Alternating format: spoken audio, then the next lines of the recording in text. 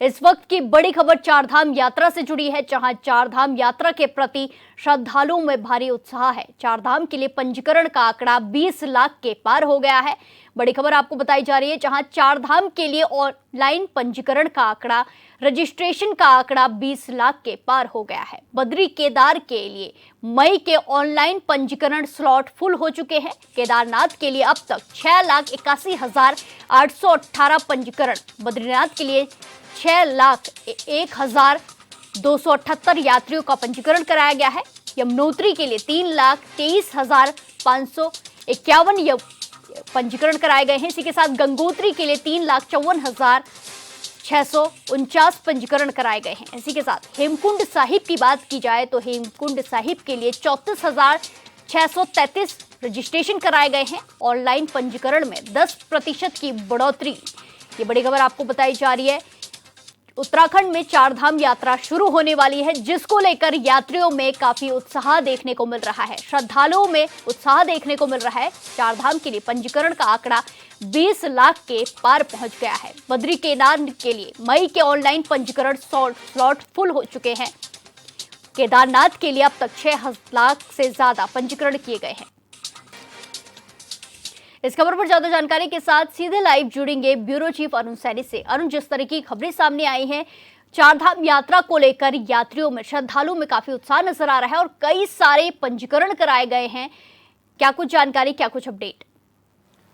जी प्रिय, बिल्कुल चारधाम यात्रा 30 अप्रैल से प्रदेश में शुरू होने जा रही है। 30 अप्रैल को गंगोत्री यमुनोत्री धाम के कपाट खुलेंगे, 2 मई को केदारनाथ धाम के कपाट खुलेंगे, 4 मई को बद्रीनाथ धाम के कपाट खुलेंगे। तो इस तरीके से जो है चारधाम यात्रा की शुरुआत प्रदेश में होगी। लेकिन चारधाम यात्रा के लिए श्रद्धालुओं में भारी उत्साह भी देखने को मिल रहा है और अभी तक की अगर बात की जाए तो जो आंकड़ा है वो 20 लाख के पार पहुंच चुका है, जिसमें कि बद्रीनाथ और केदारनाथ धाम के लिए मई तक स्लॉट जो है वो फुल हो चुके हैं। और हालांकि अभी यमुनोत्री गंगोत्री धाम के लिए अभी बुकिंग जो है वो होनी है, उस स्लॉट फुल नहीं हुए। तो ऐसे में केदारनाथ धाम की बात की जाए तो 6 लाख से अधिक श्रद्धालुओं ने केदारनाथ धाम के लिए और 6 लाख से अधिक ही बद्रीनाथ धाम के लिए श्रद्धालुओं ने अपने पंजीकरण कराए हैं।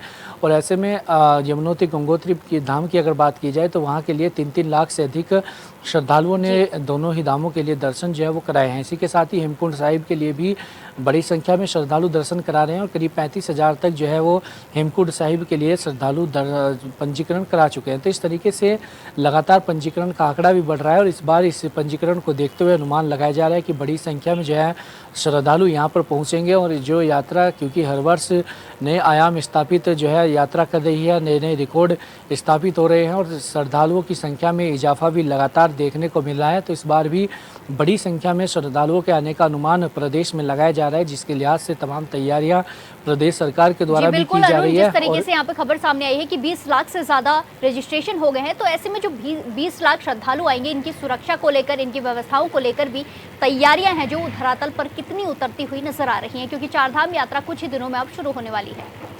जी बिल्कुल, देखिए चारधाम यात्रा को लेकर जो भी यात्रा से संबंधित विभाग है वो सभी अपनी अपनी तैयारियों में जुटे हुए हैं, चाहे स्वास्थ्य विभाग हो या फिर PWD विभाग हो, पशुपालन विभाग हो, सभी अपनी अपनी तैयारियों में जुटे हुए हैं। लगातार मुख्यमंत्री पुष्कर सिंह धामी भी समीक्षा कर रहे हैं, जो नोडल अधिकारी बनाए गए हैं वो भी लगातार समीक्षा कर रहे हैं, गढ़वाल आयुक्त लगातार बैठकें कर रहे हैं और तमाम तैयारियों के दावे जो है प्रदेश सरकार के द्वारा किए भी जा रहे हैं। और ऐसे में कितनी तैयारियाँ इस बार धरातल पर देखने को मिलती है, तमाम चीज़ें भी देखने वाली हैं।